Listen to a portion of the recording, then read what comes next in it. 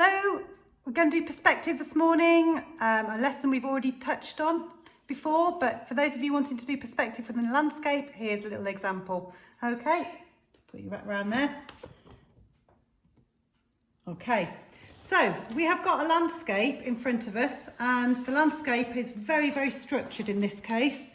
In the space that you've got, you can very clearly see, and I'm going to try and show this to you. I didn't stand on the railway line, I took it from a bridge in case you're wondering. Okay, there is a very, very clear structure to this particular example in that there's a straight line there and there is lines converging, radiating out from a central point. Okay, and we call this the VP, vanishing point. Okay, and then you've got obviously the trees here, and you've got some of the little details. You might have some pylons as we've got here. There would be another one probably where my pen is. Okay, so that is basically the structure of that particular example. Okay, so when you come to draw that out, you would end up with something like that. Okay, so that is perspective. The railway lines are going away from you, rather like a motorway does. It's quite a nice pattern. Okay, so that's that particular example. Now, I'm not sure about you. I don't really fancy drawing railway lines, but I was trying to give it as a good example. Okay. Then I went on a canal walk and I thought, well, that's quite nice because you've got a structure where the vanishing point is kind of here. Okay. And the lines are cutting across my picture. So if I had a structure in my picture here, I'd have towards the top, I'd have the headline with the trees. There they are, little trees. And I might have a big tree there, of course. And then coming towards this corner of my picture here, I would then have a line that would be doing that. And I'd have a line of structure that would be doing that. Now, obviously, there's depth here because it's a canal. So the wall that's going down would be kind of here. And then you've got another edge here. Okay, and that is the structure with perspective of that particular example. And you're going to say, oh, but Miss, you need to put this in. Okay, there they are. There's the little like bars. Okay, so that's the structure for that one.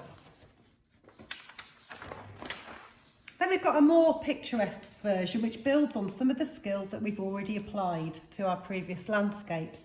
We've got a tree there with lovely textures, inviting me to use dry brush technique. And here as well, in this foliage all along this bank here. So if this was the picture that I was going to look at, then this is how I'd be looking to draw it. So there's the magic transparency again. Your vanishing point is about there, okay? And you've got a line that's clearly doing that. You've got a line there that's doing that, which actually, if you look, goes all the way across behind those trees. Okay, we've got a very slight curve to this path, which is quite nice because it's a canal towpath, and then it kind of echoes. Okay, and you've got a very strong line there, which is part of the water's edge. Okay, there's little bits happening there as well. You've got a hedgerow, which kind of divides in half with its tones. Okay, and then you've got this lovely kind of shape from all these trees, and it's very forgiving because you could almost make a few up and lose a few. Got this big tree here, which we want, and we want this texture here. And then it's got the reflection. You've got like a bit of the bank there, which is another line. You've got the reflection in here, reflection there, and obviously here. So what does that look like when we have to translate it into line to put onto a piece of paper? Well, if I remove that, that is basically the structure. And if we talk again about the key terms, you've got your foreground here, okay, of which I mentioned lots of those little dotty flowers here, which could be quite nice, and maybe the reflection here. You've got your middle ground, which is kind of in the fields. Okay, and then you've got your background here, where you've got obviously distant trees and maybe a sky. Okay, so now what we're going to do is we're going to draw that out. I'm going to find a pencil. Inevitably in my household, despite having a creative arty person, I can never find the right pencil. I've got my child's one here with a little dude on the top. So what I'm going to do for you now is I'm going to do a time-lapse video to actually capture what I've just been talking about, and I will start painting it for you so you can see how perspective then works. And then if you want to go and try and get a canal image, or if you want to, in my class, my Year 8 class, use this image or one of the others, I'll put them on to your class charts. But you can get them off the internet if you're not from Alderbrook and you're doing this little lesson as interest. Okay, enjoy.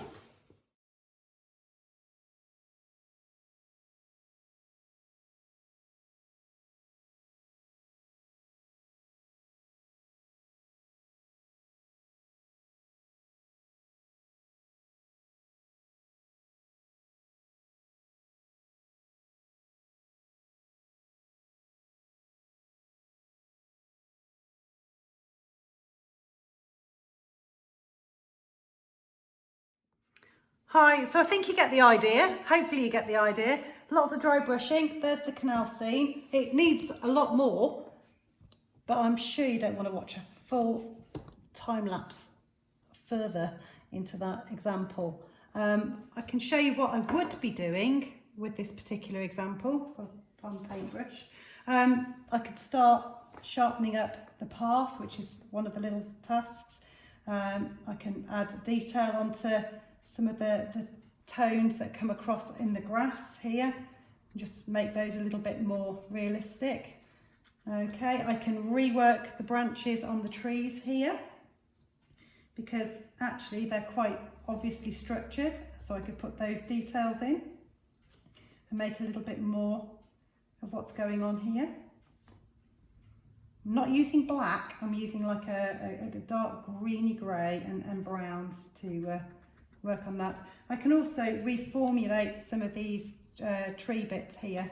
There's a brown tint to them actually, so I can actually tighten up some of those shapes, which adds reality to it.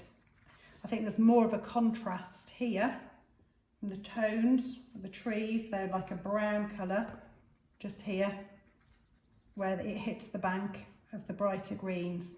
So there's lots of little areas that you then further refine on a study like this, but essentially that dry brush start is there, okay, and then you can put all the detail in afterwards.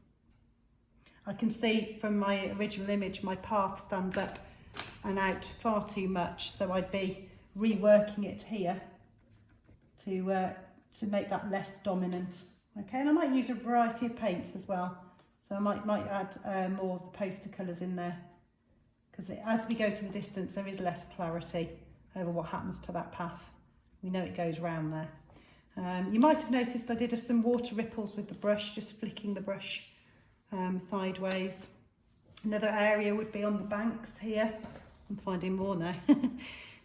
On the banks here, you could indicate more the direction of the bank and the fact that it meets the water, because there are some quite nice dark shapes.